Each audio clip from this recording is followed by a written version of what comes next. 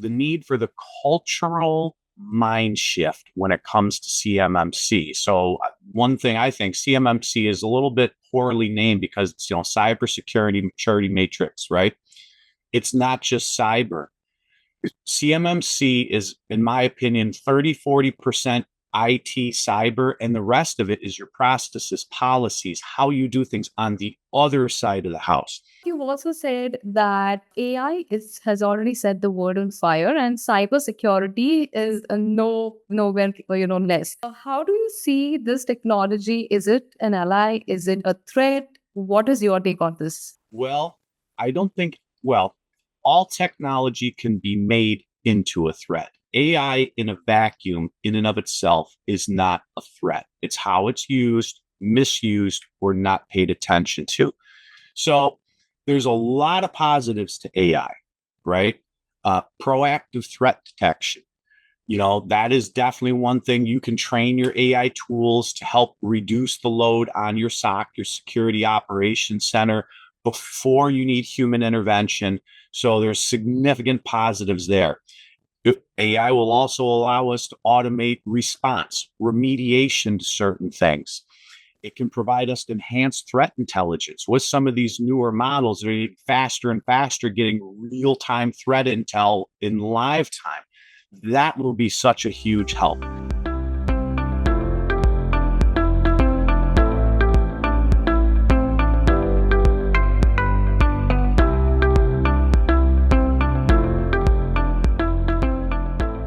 Hello and welcome to the mainstream. I am Simran Shiwalkar, your host for today, and we are back with the latest episode of Voice of CISO. Well, today I'm particularly excited to drive this conversation with Mr. Chuck Orlowski, a cybersecurity expert with over 20 years of experience in cybersecurity. His journey started in the US Army Special Ops and has since evolved into leading security for Fortune top 100 companies and federal programs. He's also known for his hands on approach to zero trust, cloud security, and compliance.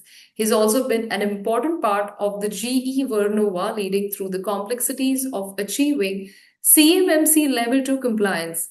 Chuck's unique blend of military discipline and tech savvy leadership has made him a go to advisor for businesses looking to turn cybersecurity into a real enabler for innovations. We are in for some great insights on how the cybersecurity landscape is shifting and what it means to businesses, what they need to do in order to stay ahead of the time. I'm truly excited, so without any further ado, let's begin. Firstly, Chuck, thank you so much for being a part of the series and joining us today. Well, thank you so much for having me. I am very excited to be here. Cybersecurity is not the most glamorous of topics, but we will certainly try to make it interesting.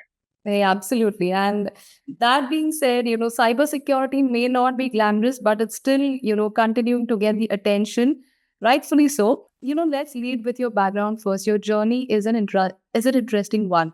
You made it from army to, from actually defending to, defending now with cybersecurity leadership.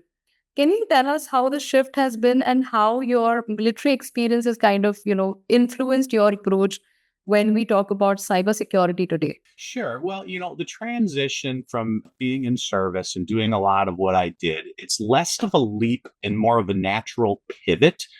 So both military and intelligence in the military, it demands discipline, adaptability, and a mission first mindset. So when we really start to think about that, right? In the military, you have to be able to be a strategic thinker under pressure. And the same goes for anyone in a CISO, a BISO role. They need the ability to remain calm, assess risks, act decisively when problems are going on. You also need to have a lot of discipline and adherence to process, right? That is one of the keys to cybersecurity success, is that adherence to process. In the military, we learn a lot about leadership, a lot about team building. Getting your team all on the same page is a very important part of any leader position in today's modern world, but especially in the cybersecurity world, because you're always dealing with people who are cut from a little different cloth. Military folks, we're very mission oriented. We focus on shaping strategic vision And, the most importantly is our adaptability to evolving threats, right? So that's a hallmark of both domains. So these are why I think a lot of folks need to look at military guys coming into cyber because of these big categories. We're already sort of hardwired this way. Fantastic. And thank you so much for giving a whole and soul comprehensive view and drawing some parallels from your military experience as well, Chuck. But I've already mentioned that you've played a crucial role at GE Vernova through the CMMC level 2 compliance, which is not a small feat. So with the DoD pushing for, full CMMC compliance by 2026, how do you think companies should be kind of, well prepared for these kind of regulations, and any best practices or recommendations from your end? Oh boy, that is a big, big question, right? So, CMMC is like the gigantic elephant in the room for so many businesses. It has taken so long to get to where we're at today. And for a lot of people, it is still not completely real, right? Everyone's always looking for, well, maybe it'll get pushed back, or maybe they'll do this or that. So it's definitely going to lead to what I feel is one of the biggest topics in cybersecurity today, and how things will get better, is a cultural shift. And what I've noticed, again, with GE and some other companies I've consulted and worked with, is the need for the cultural mind shift when it comes to CMMC. So one thing I think CMMC is a little bit poorly named because it's, cybersecurity maturity matrix, right? It's not just cyber. CMMC is, in my opinion, 30-40% IT cyber, and the rest of it is your processes, policies, how you do things on the other side of the house. So it's getting that executive alignment and that top down push, especially from your CEO and your COO. I've had a lot of conversations with friends in the CMMC space that, like, literally the CISO, the CTO, and the CIO are downstream in terms of CMMC from where it needs to originate. Because if we don't have all of the executives understanding what it means, how it's done, who your stakeholders need to be, how everyone is involved in this, then you get into this chaotic bumping of heads where it's like, well, that's a cyber problem. It's not just a cyber problem. Security for the past probably 10 years has been a bolt on and not a built in. And I think going forward, with AI, with ML, with quantum computing, with all of these things on the horizon, we need to have a security first culture. So I always preach this cultural shift, not because of fear, but because we all need to wrap our heads around this. And security begins with you, begins with me, it begins with each of us every day, because, we're at a place that your data, that's everything you have in business. And everyone needs to understand this. So it's a challenge. Folks are getting there. We're seeing changes in the industry.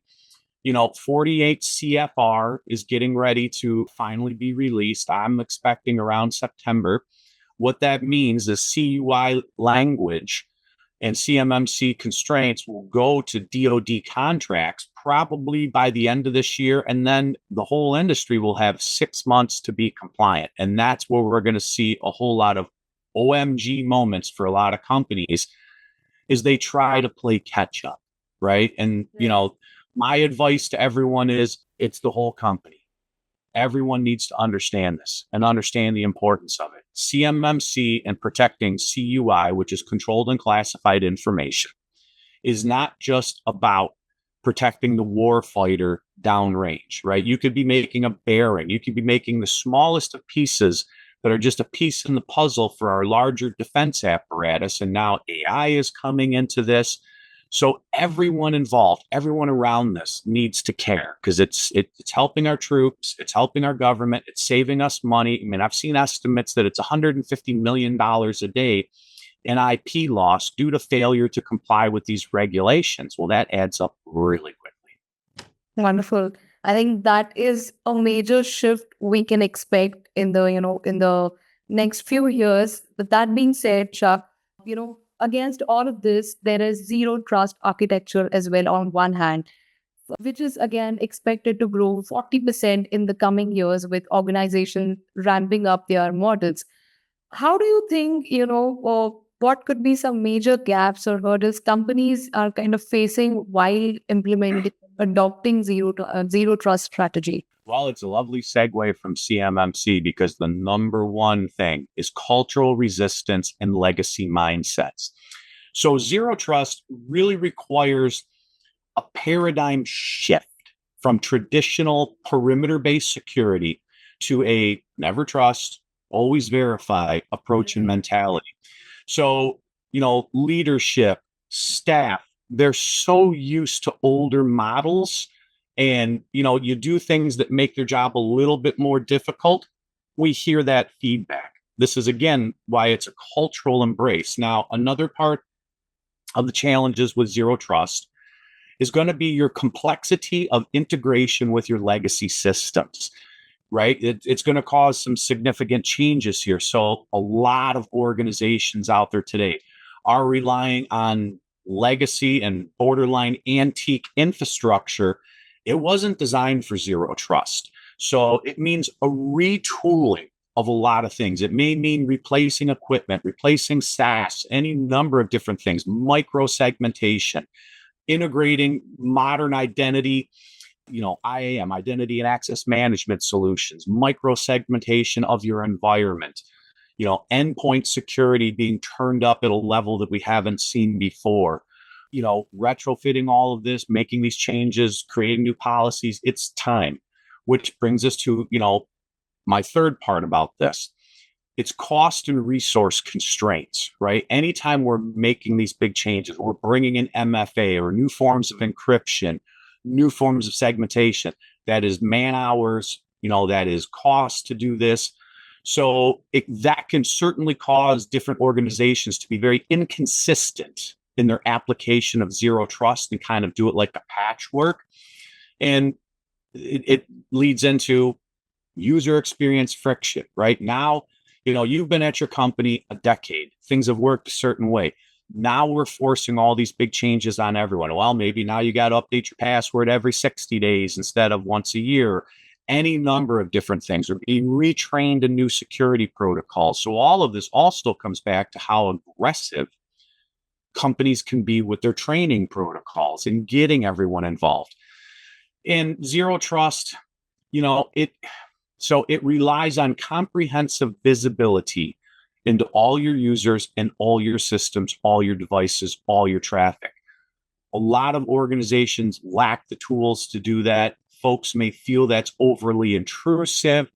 So these are all different things that, we need to look at. Your smartest organizations or your most forward thinking organizations probably want to look at a phased implementation with prioritization, leverage what they can with AI, which may be a topic that we'll get to. AI is another golden arrow coming for us that's got the whole world on fire. You'll be able to automate a certain amount of it, in my personal belief. I think with some of the new tools, which will be an expense and an integration, it will simplify some of this access and time. So that's kind of where I sit on zero trust. I think we want to simplify user experiences, make security a part of their everyday. We can adopt cloud native and scalable solutions for companies so they can scale this up easily. We want to educate and train our stakeholders. We want to definitely, which we've always done in security, is leverage risk-based adaptive policies.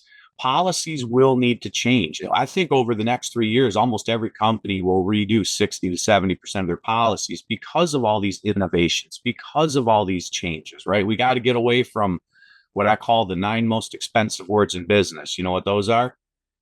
Well, that's the way we've always done it.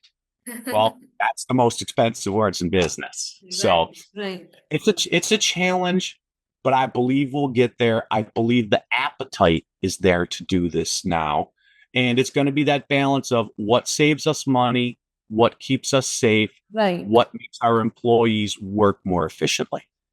Absolutely. I think that goes across for all industries and all businesses. Chuck, thank you so much for dropping in some wonderful insights on that. Again, moving on with the next thing that I would love to understand from you. A lot of businesses are now, preferring to shift their data from on-prem to cloud. How do you think this is kind of, balancing the risk appetite for companies? Is it a good option? We have platforms like AWS, Azure, being the backbone for so many organizations. What's your advice for businesses looking to, be secure with their cloud platforms? So moving into the cloud, I look at like doing CMMC compliance. Step number one is you have to understand and fill out a shared responsibility model. You want to understand the cloud provider's responsibilities in this. You want to understand what is your responsibilities in this. For an example, ensure configuration of services like AWS S3 buckets or Azure blob storage to prevent public exposure. It's a very detailed process to understand who's responsible for what and have very clear delineation. Now, you also want to make sure you're implementing the best identity and access management solution possible, that works with your provider, preferably natively. Least privilege, enable multi-factor, encrypt everything. We're in a world now that we definitely want end-to-end encryption for everything when you're reaching out to the cloud or you're bringing it back. You want to make sure that your network has more secure configurations than it ever has. You may want to look at, VPCs, virtual private clouds. You may want to deploy web application firewalls, enable private endpoints to limit public internet exposure. You want to definitely pay attention to your monitoring and logging when it comes to all of this. You want to enable all logging possible in AWS or Azure. Use your real-time tools for alerting. Which could be AWS GuardDuty, it could be Azure Security Center, it could be Splunk. I mean, there's so many different things out there that we can use this.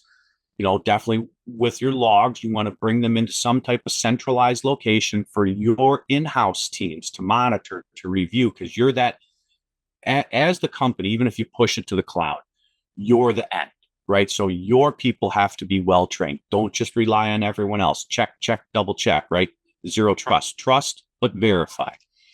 So automate where you can. Cloud offers that ability. You can definitely use some really wonderful tools, and I don't want to get into all of them because we'll be here for hours. And most importantly, assess and test. Don't just rely on your cloud provider. Do that yourself. Train your teams, work with your provider for incident response plans. You're going to have internal, external, and leverage all the tools that the AWSs and Azures have. They are making groundbreaking steps forward consistently, constantly. Always talk to your provider, interact with them, develop a true relationship, not just a business relationship, but get to know people in different parts of these teams. So if there is an issue, you have direct access to who you need to solve your problems. So, like so many other things, right? Start small, scale it up, test it out, stay updated, assess your third-party risks, document, train your teams. And I think it's going to be fabulous as we continue to move forward, especially with the growth of all these data centers, with all these different things to store more data, to do things faster. For some businesses, it is perfect to go full cloud. For some things, you're going to need to be on-prem. And for a lot of people, they're going to be stuck in that hybrid world of a certain amount of services are run in the cloud, but there's some things that have to be run in-house. Absolutely, absolutely. I mean, now that we are living in a more and more interconnected world, I think it rather makes sense to, have certain things on cloud rather than on-prem. And of course, with all the things that you've just highlighted, shared responsibility, having that kind of training internally so that the team is entirely aligned with what's actually going on cloud and the platforms selected as well.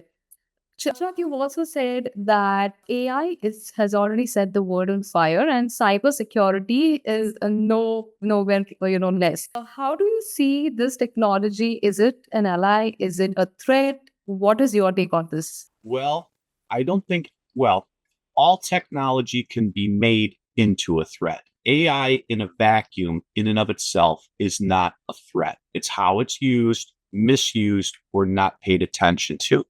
So there's a lot of positives to AI, right? Proactive threat detection. That is definitely one thing. You can train your AI tools to help reduce the load on your SOC, your security operations center, before you need human intervention. So there's significant positives there. AI will also allow us to automate response, remediation to certain things. It can provide us enhanced threat intelligence with some of these newer models that are faster and faster, getting real time threat intel in live time. That will be such a huge help. I know there's going to be different challenges and changes with adaptive authentication.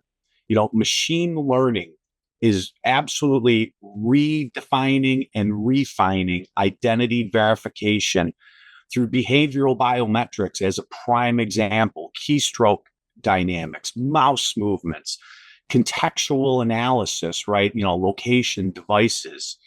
So, this is going to make MFA more seamless, yet harder to bypass, right? Countering phishing and credential stuffings, so there's so much positive to AI, but there's also so much danger. Vulnerability management is another place that I can see AI being super helpful. Adversarial AI defense. You're going to have AI fighting AI, right? Because AI is going to be weaponized in the cybersecurity wars. It's absolutely going, it's probably already happening on a scale that we don't completely understand. So, some of the emerging things I kind of keep pace with when it comes to AI would be like federated learning. It's going to allow organizations to train machine learning models collaboratively without sharing sensitive data. One of the downsides to AI is if you're putting it out to everyone, you may be putting very critical data out for you that you can't ever get back. Quantum machine learning is probably the next huge horizon in all of this. It's very early still, but look at how fast AI exploded, right? Quantum computing could absolutely revolutionize AI and machine learning. It could solve complex optimization problems faster. In cybersecurity, what this could mean is breaking encryption, a threat, or enhancing cryptographic defense, an opportunity. Research suggests that quantum ML could accelerate anomaly detection in massive network traffic data sets. So there's so much positive there. Now we have to worry about like AI driven deception technologies. Right. And since we talked about zero trust before, zero trust AI is on the horizon. Many people are starting to work with this. So you could integrate AI into your zero trust architecture, you could use that to ensure continuous verification of users, devices, workloads, machine learning models, all kinds of things like that. Now, your challenges would be adversarial attacks, your false positives, and then ethical concerns, right? There's a whole ethics question when it comes to a lot of stuff with AI that we're still kind of figuring out. So my hope for the industry is we don't rush into this full force. We walk very slowly. We test, and retest before we turn certain systems over to this. I think AI is not going to, it is changing the world as we speak. The question is going to be, what do we as humans and how do we as humans maintain control and domination over AI and don't allow it to control and dominate us? Absolutely. I think the onus comes on humans as to how we leverage this technology. Although there are threat actors, becoming more and more complicated as we speak, and AI coming into the picture, completely changing the risk landscape. But thank you so much, Chuck. And well, we've already, spoken about the big shift coming with the CMMC, AI and machine learning, entirely changing the landscape. Any biggest change that, cybersecurity leaders kind of need to, put a strong watch on, and any best practices businesses that you can recommend, to adopt today to kind of stay ahead of the curve? So, some of the biggest shifts in the cybersecurity landscape going forward, I made a list and then you can tell me which one you want to kind of drill into. So, AI powered threats and defense, we've kind of talked about that. Quantum computing and its risks and benefits. And there's going to be an increased focus going forward on supply chain security. That is definitely a place a lot of businesses have still not fully matured. Expansion of IoT and edge device vulnerabilities, right? We have refrigerators that have internet addresses, and so all of that needs to be thought about. There will be an evolution of ransomware. There's one thing I see coming, especially with AI. Going forward, we talked about CMMC. That is not the only thing. We're going to have a lot of regulatory and compliance pressures and processes coming as these different technologies come in.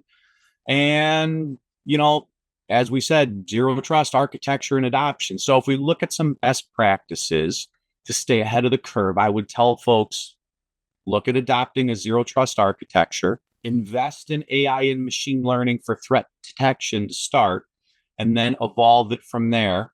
You're going to need to prepare for quantum threats, right? So folks need to kind of begin the thought experiment and transitioning into quantum cryptography standards. NIST, I know, is looking at this significantly. Do internal risk assessments to see if that would fall under you. Strengthen your supply chain security. Talk with your vendors, make sure that they're complying. If you're a larger org, help the smaller orgs.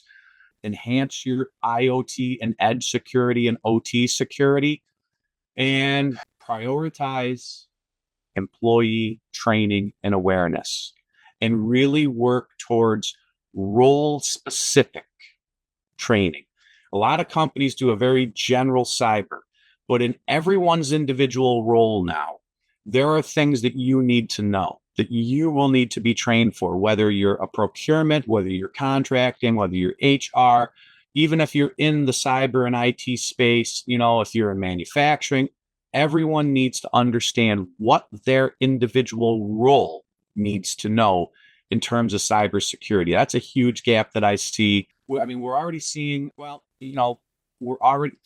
excuse me, we're already seeing an integration of security into the DevOps cycle for businesses. So that kind of covers that. So I know I've said a lot. I'll let you poke and ask questions and we can drill down into that. Because look, I could continue to prattle on about this for hours if you'd like. Yeah, absolutely, absolutely, Chuck. But I think, adopting in zero trust, investing in AI supported, innovations, and then just evolving your entire cyber architecture. I think that perfectly is something what we all can, agree with. I'm particularly relating with the last one, employee training, because something as simple as chat GPT, just to, draft an email or analyze a document, you don't know what exactly you're putting out there and how much risk you are kind of, pulling in. But thank you so much. I think this conversation has been incredibly insightful, and I am very sure that our listeners and viewers will have a lot to take away from this one. So while we wrap up, I most certainly look forward to connect with you again. Absolutely. Listen, I drive friends crazy when I talk to them about cybersecurity stuff. So when I actually get to speak to an audience that appreciates it, it's so wonderful because most people look at me and their eyes roll back in their head and they're like, yeah, I change my password every year, dude. And I'm like, no, you've got to do this other stuff at home too. Absolutely. I think it was really great having you on this series and getting a whole and soul comprehensive view. We discussed so many, key points today. So thank you once again, Chuck. And well, I look forward to connect again. Same here. Thank you. Have a wonderful day. And everybody remember, security is your responsibility. It is not something you push off to someone else in the company. So the big takeaway from everyone is we're all security professionals. Absolutely. Well agreed and well said. Thank you so much. Have a wonderful day.